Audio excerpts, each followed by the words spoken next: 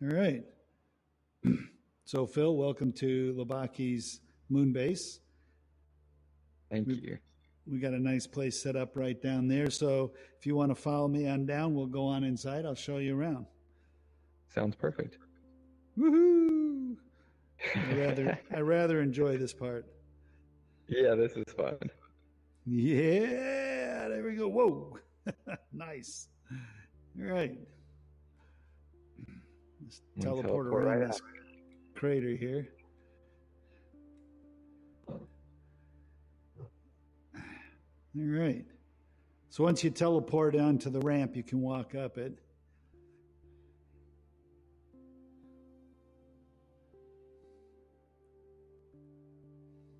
I like the way you've decorated the place. Looking nice. Thank you. Thank you. Yeah. So, we can just grab a seat Okay. at the table. There we go. I'm gonna take this one right here. There we go. Hey, man. It's even a little bit of social distancing here in a Yeah. virtual world. Right? Even though we don't need to. Yeah. But yeah, it's a quaint little moon base here, but we've actually done two client meetings so far in this space. So Yeah. one with clients out in the West Coast, and others with some folks up in the Northwest. It's been pretty nice. I love it. I've heard about Engage, and you've been working with them for a while now, haven't you? Yeah, actually, the first time I got into Engage was 2017. Wow. Yep. You remember our space in Clarksdale, right? Where you and I first met? I do. Yep, that was the very first time we got into Engage. So it was nothing like it is now, obviously. It's been growing up over the last 3 years, and we use it extensively in our work with schools, obviously, but now we're using it with clients as well. So when we're meeting people for the first time, what we'll do is get a headset all set up for them, ship it to them, have them jump in there, and then we meet in here. I take them around and show them all the different things that we can do in the environment. But then we generally now end up here at our new meeting space and carry on our conversations. Yeah, it's terrific. And I even saw that you could bring your Google Drive into this and you could present from your files that you have even in the cloud, which I thought was an amazing touch that they put into this meeting space. Oh, yeah. In fact, this here is our big screen. So I'm able to jump in here, grab some media. Oh, let's see what I got that's interesting here. So I've got a bunch of stuff. Ooh, this will be fun. Let's do this. All right. Yeah, Perfect, right? it's terrific. It was a great day. Yeah, exactly. Absolutely. Unbelievable. I know. Yeah, so you can. Yeah. Yeah, what's great about this? Let's pause this. What's great about this space is you can bring in videos, you can bring in PowerPoints, web links, whatever you Google Drive, like you said, Dropbox, any material you might use in a normal meeting environment, which we don't do anymore, obviously, because of social distancing and all that. You can do in this virtual environment now, which makes this really powerful because you and I are separated by a whole bunch of miles right now, but we feel like we're sitting here together having a conversation, right? Yeah, absolutely. And just the little things you get from the hand gestures and how you turn your head. Yeah, I mean, its value is tremendous, especially with what we're dealing with, which no one saw coming. You and I have talked about VR for years now, and it was accelerating already. Pandemic came, and everyone is doing, two-dimensional screens all the time, and just the ability to connect with one another is just it's limited in that two dimensions. Versus here, you get so much more. Yeah, you really, in here, I'm just fooling around with the microphone settings here. In here, we really have a sense of presence. Like when we were outside wandering around the bay, shook hands, you can't in the 2D meeting world, you're just looking at talking heads like we're going to do later on. Exactly, and I could go right here, and then you would get the sense I was a presenter. Exactly. Yep. It's different than everybody being a rectangle and everything. It kind of gives you the ability to change the focal point. Yep. Oh yeah. Yep. And we've got, in this environment, we've got formal meeting rooms, we've got classrooms, we've got, there's like 80 different environments in this space. And so we can set it up for whatever it is we're trying to do. Like today, we were meeting with some folks and we were talking about some industrial applications. And so I took them to an oil rig and set it on fire because we were having a safety conversation, safety training conversation. And they're like, yes, that's what we're talking about. So, really being able to make the environment fit the conversation and the meeting and everything, I think really, really helps bring, VR to life and really gives us all a sense of being together again, as opposed to just looking at talking heads all day long. Absolutely. Yeah, I appreciate you bringing this together so that we can have a conversation here. It's more fun for me. I'm sure it's better for you. And then, for the audience, whenever they view it, this will give them a better sense, at least, even though they're not watching it in a head, most likely. Hopefully we'll understand some of what's going on here, which I've noticed, introducing people with virtual reality of all ages, whether they're teenagers all the way up to, like folks that have been working for 50, 60 years in technology. There's not really, a lot of people don't understand what technologies are at work when you talk about virtual reality.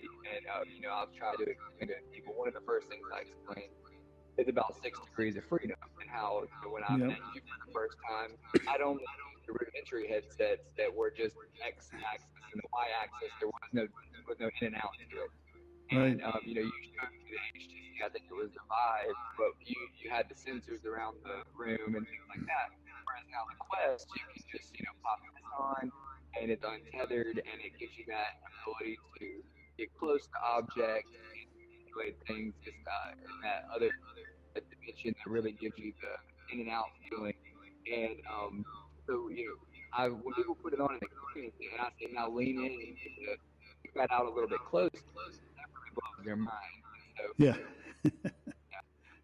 Yeah, I know. It's great. I'm spending, because of the kind of work we're doing, and we're supporting, educators who are using the technology while we're meeting with clients who are being introduced to the technology. It's really interesting for me because I'm spending more and more time in this world, and I got to tell you, the lines are starting to blur. Yeah.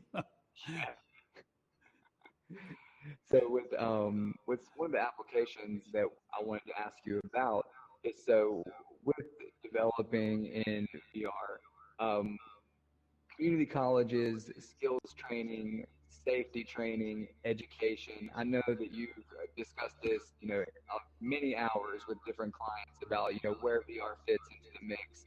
And we're TechWorks, so this event is to start a chapter of the VRAR Association for the Charlotte region in North Carolina. And TechWorks is in Belmont, about 10 minutes from the airport in Charlotte. And so what we're trying to do is talk about how this rural area, it's right beside an urban area, but it's rural, and we're trying to help with the workforce. We're trying to help our education system, and a lot of people want to know how does VR fit. And I know you've had great examples, plenty of projects that you've experienced. So, what would be a good way to describe how VR can help community colleges or K-12 or big energy folks that are safety training in this area? Anything you'd like to share from your experience? Yeah, that's really a nice broad swath you tossed out there. If you think about it, not too far away from you, over in Elizabethton, Tennessee. So that's up in the Appalachians. We're working with a high school over there, and they started with the VR Academy last summer.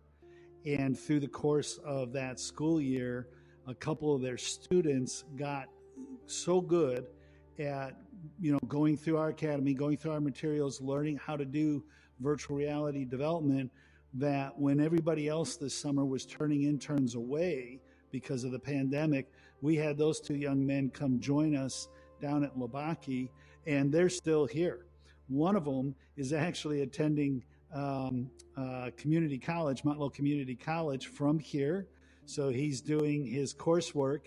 The other one is finishing up his high school work at Elizabethton High School from here. And then when they're not doing their schoolwork, they're actually working at Lobaki doing actual production work. So we took two young men from an area that is really depressed, very rural, really didn't have any kind of opportunity, nothing like what we've provided them. And they are now working in the virtual reality industry and getting paid for it and finishing up their school at the same time.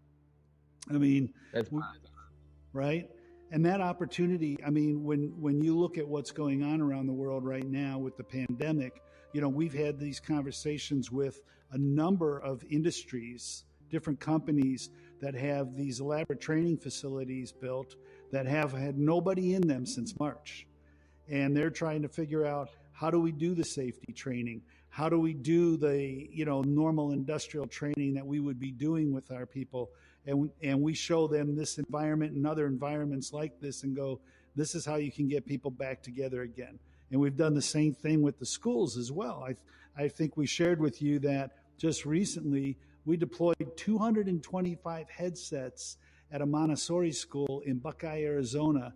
Every student, every teacher has a headset now, and part of their day is spent in virtual reality in classroom settings, whatever those settings might be. If they're studying astronomy, they're on the moon. If they're studying oceanography, they're on a beach. And so what's really cool is they're in a setting that's relevant to the subject matter that they're studying and learning about, and then they actually get into creator mode and start creating things around what the teachers are, sharing with them. So it's really changing the way, learning is happening. It's more interactive. It's more creative. It's not sage on a stage type of thing. And the same thing on the industry side. When you think about, I was having a conversation with somebody in the gas industry recently, and they were talking about their training facility and how it's been empty now for 6 months.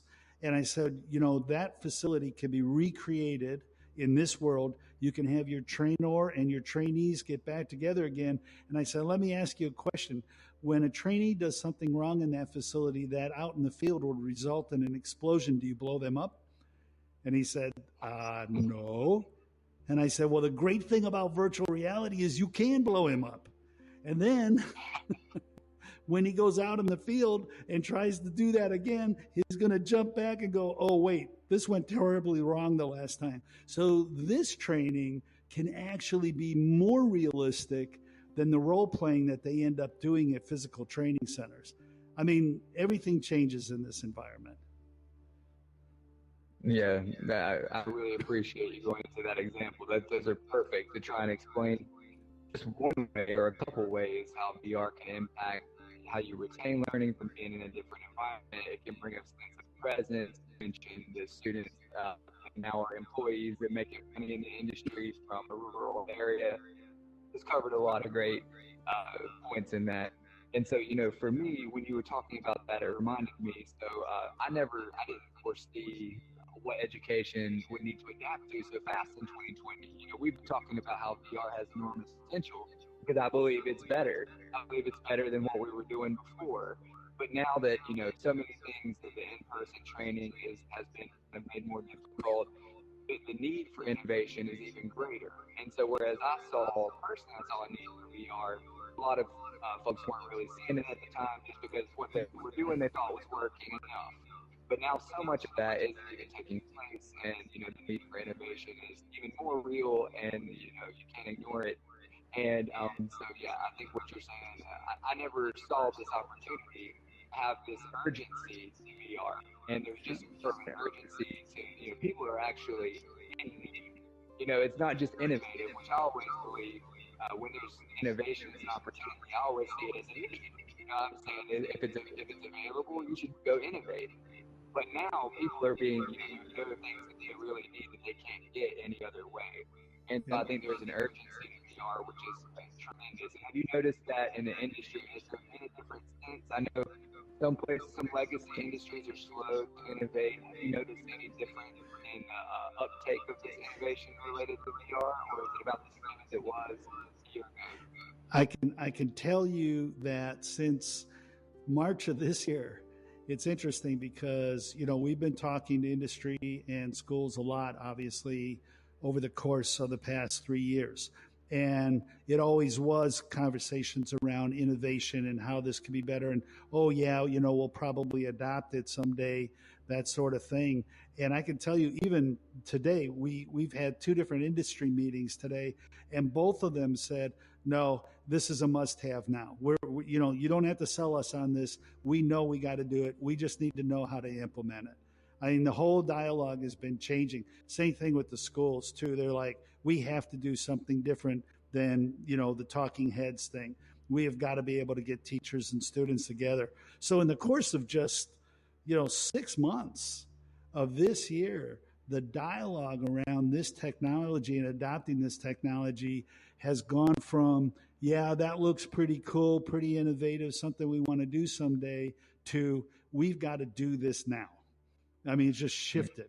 And obviously, us being in the business, I'm very unhappy that it took a pandemic to make this happen. But at the same time now, the adoption curve in this industry is just going straight up, which means we're going to need more and more workers who are familiar with this technology and how to build in this technology. And that's where getting this into more schools and being adopted and training these young people up becomes even more a critical moment in history. And you've helped lead the way in helping explain to me initially about the difference between being a developer for VR versus a programmer or a developer for a more text-based platform where you're just kind of plugging out the linguistics of whatever programming language you're working with. VR is very different. It works for a different kind of learner, a different kind of just personality. And you explained it really well to me. So for folks who don't know the difference, what's a good way to describe from what you told me, you're wanting to broaden the opportunity for tech jobs to people who don't always think like what we always have thought of as a programmer. Yeah, it's, that's what's really exciting about being in this environment and working in this environment. I was a coder for 18 years and I ran coders for another 30 years. And, we're there doing syntax and trying to figure out where the semicolons and the colons go and all that. And that's a very narrow focus and a very narrow it's a very special kind of individual. In our VR development world, we have young people working for us that all they do is art. They just draw. They draw on tablets and they create these beautiful environments and avatars and these people. And then they get handed off to somebody who does the lighting in this space. And then you've got the texture artist involved. I mean, look at all the different textures in this place. So it's a very artistic endeavor. It has audio, it has lighting, it has animation. It's so much broader. It's more like making a movie than it is writing software. And so it appeals to a much broader group of individuals, folks who never thought they were going to work in the tech industry at all. I can't tell you, Phil, we've got like 3 artists working for us who thought they were going to have to go do something else because you can't make a living doing art. And now they've learned, oh, in fact, I can make a living doing art. And in fact, it's an integral part of what anybody wants to do in this environment. So it appeals to a much broader group of people. Yeah, and I've noticed, so the idea that everything that we have 2-dimensional in technology, that we may need a 3-dimensional version of that. So there's so many things when you think about just a Google search, everything that populates in 2 dimensions, probably you're going to need some 3-dimensional version of that as the computing age enters a spatial dimension where we're understanding, where it is in the room and things like that. And so I wanted to see if you think that that's too broad to say that just imagine everything that's been created in 2D for the web. It will probably need enough people to create a three-dimensional version of all of that. I can tell you that major companies like Walmart and Amazon and others are actually working on multidimensional spaces of their stores, right? Because they want people to be able to walk into a store and actually select the things that they want in this 3D world. So you're right. What we're going to see over the next 5 to 10 years, and I don't mind throwing this out on the table, is everything that is in a 2D world in our compute space is going to end up having to be recreated in this 3D world.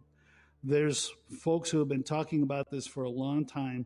Virtual reality is the next computing platform. This is where we're going to work. This is where we're going to play. This is where we're going to shop. This is where we're going to do all kinds of things. And those of us who've been involved in the industry for the last, almost a decade now have had that sense and that feeling of this. But what we're experiencing as a society around the world at the moment is demonstrating that that is in fact going to happen, because we've got to be prepared to continue to operate in a social fashion like you and I are doing right now in this reality when the other reality is not accessible to us like it used to be. I agree. Well, I appreciate the conversation. I don't know if you need to go ahead and we wrap it up, or do you have a few more minutes for some last points?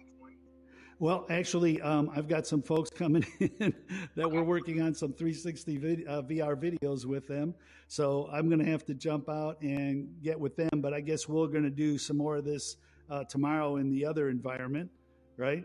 Yeah, we'll compare how fun it is if we go to the flat world, Yeah. So, thanks for taking the time. Oh, yeah. Here, we got to, shake hands before we leave here, because there's no social distancing in VR.